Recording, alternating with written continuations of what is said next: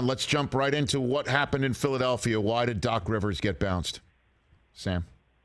Well, I mean, you got, to me, two layers to it. You've got, the incredibly disappointing finish of the season. It felt for the first time in a little while in the Joel Embiid era that they might have what it took to take this thing a little deeper. And so game 6, heartache, you're up late. You lose a game like that.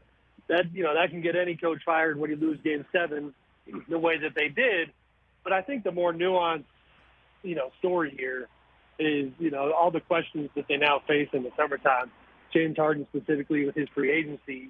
I definitely thought going into this summer that unless they won a title, the idea of James, coming back and wanting to play for Doc was unlikely. So I think that is playing a part. And then you also have to remember, you go back to when Daryl Morey was hired by Philly in late October of 2020. He got hired 25 days after Doc got hired, and it was always a little strange, the timing of it, and they made it work during their time together, and it seemed to be a good relationship. But, Daryl never hired his own coach, and now Daryl doesn't want to lose James Harden. So you think this is a keep Harden maneuver, and thus what? Does that inform us about the next coach, do you think? It could. I don't have total clarity on what direction they're going to go, but the threat of James going to Houston is very real in free agency.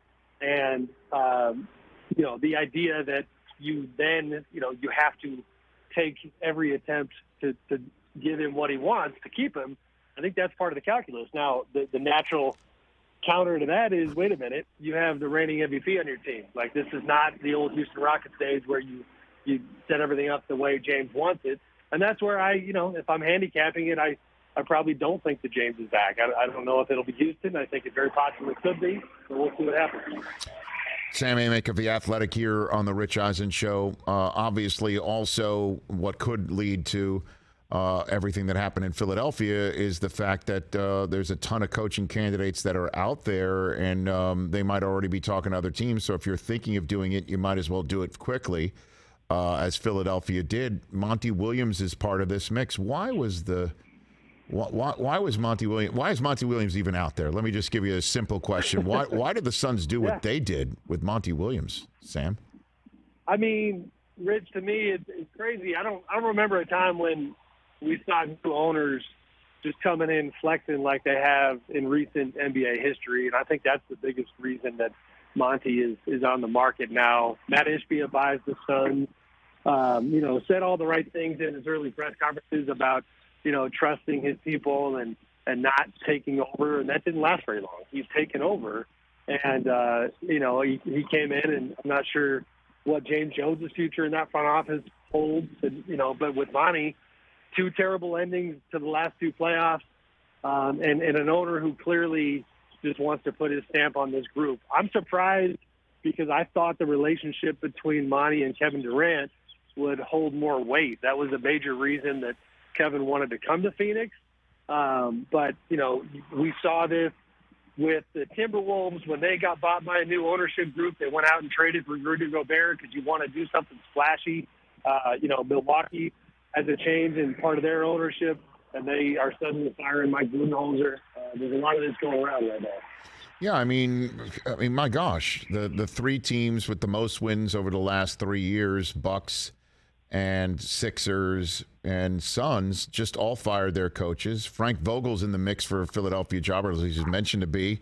We all know he won the bubble year as the head coach of the Lakers.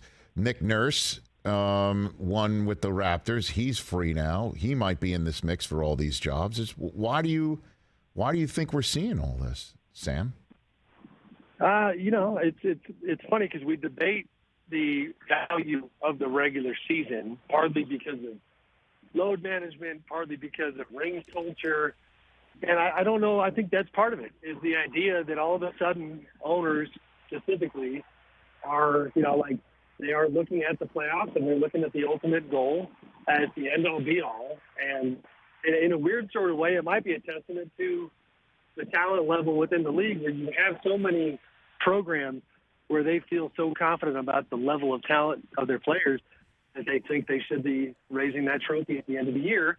they seem to forget that it's 1 out of 30 every single time, and when they fall short, the heads roll. But it is crazy to see this many high caliber coaches on the market. It's kind of a field day for any team with a vacancy right now. Well, I just don't. It's so rare, Sam Amick of The Athletic here.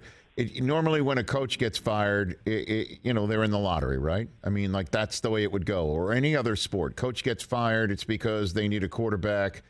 Manager gets fired in baseball, it's because the team has just been stinking. That usually is the case. But in the NBA, the job just opened today has the reigning MVP. One opened last week has another MVP.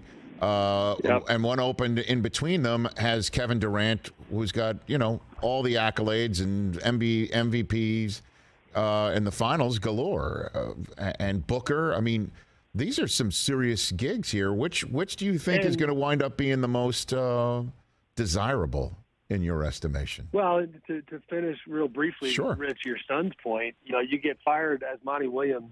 You didn't have your Hall of Fame point guard. You didn't have your impactful big man. He had all kinds of reasons to feel fine about losing that series, and he's still on the outs. As far as the vacancies and most attractive, I'm tempted to say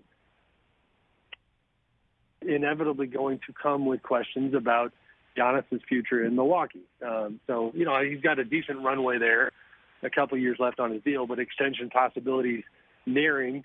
But as far as attaching yourself to a guy who is as great as they come, I think that's a pretty good recruiting chip. The Suns situation is tricky because Devin Booker is elite. He's become one of those guys. And Kevin Durant is Kevin Durant, but he's still not a young man, and he's still post-Achilles Kevin Durant. And you have to figure out what to do with Chris Paul, whose contract is only half guaranteed for next season. And more to the, kind of holistically, they don't have a lot of avenues to add depth this summer. So that job to me would be a little bit worrisome in that regard. And Philly is going to be, to me, I talked to somebody earlier today about the Mike D'Antoni possibility, and I just think it's going to have Daryl Morey's fingerprints all over it. And I don't know if it's going to be as open as they make it appear, and we'll see what happens there. But yeah, a lot of good jobs with a ton of expectations that come with them. Catch the Rich Eisen Show every single day on the Roku channel, 12 to 3 Eastern, for free.